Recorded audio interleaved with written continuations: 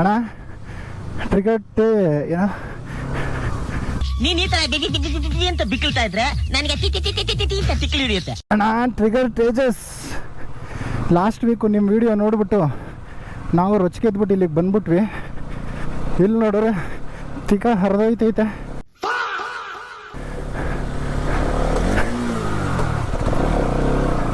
ಅಯ್ಯೋ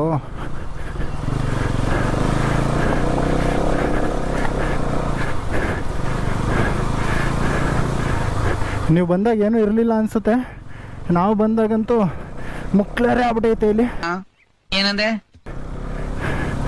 ಆಯ್ತಲ್ಲ.